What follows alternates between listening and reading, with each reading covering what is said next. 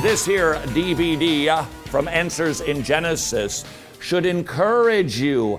You don't have to buy into the theory. You hear this one a lot. Science has proven evolution, therefore evolution is true. Since evolution is true and Christians don't believe it, then Christians don't believe science and they aren't rational people. Really, let's put that claim to the test. First off, evolution in the sense that things change is evident. No rational person disputes that. Therefore, rational Christians believe it.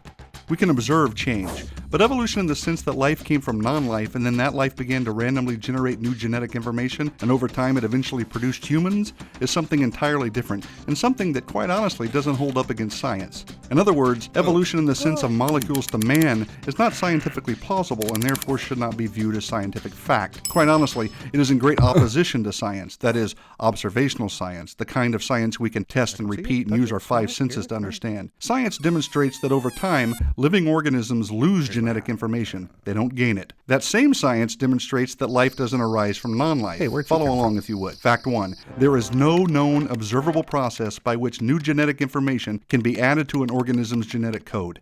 None. That pretty much refutes evolution right away because there's no way to go from a fish to an amphibian without adding new information, right? If living organisms cannot produce new genetic information, how can anything gradually change into something of higher intelligence or form or complexity?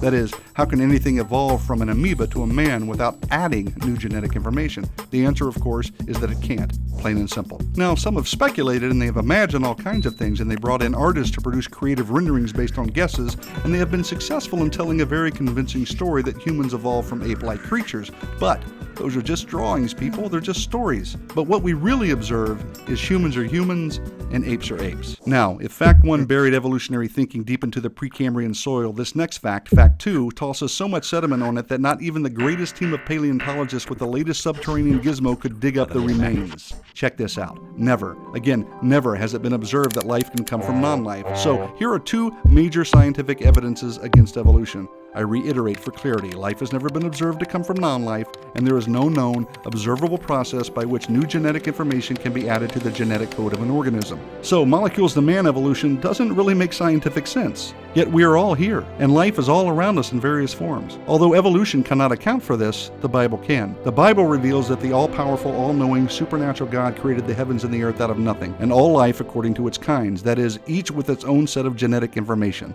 So, again, what the Bible reveals makes sense of what we see and understand. Evolution does not. Enough said.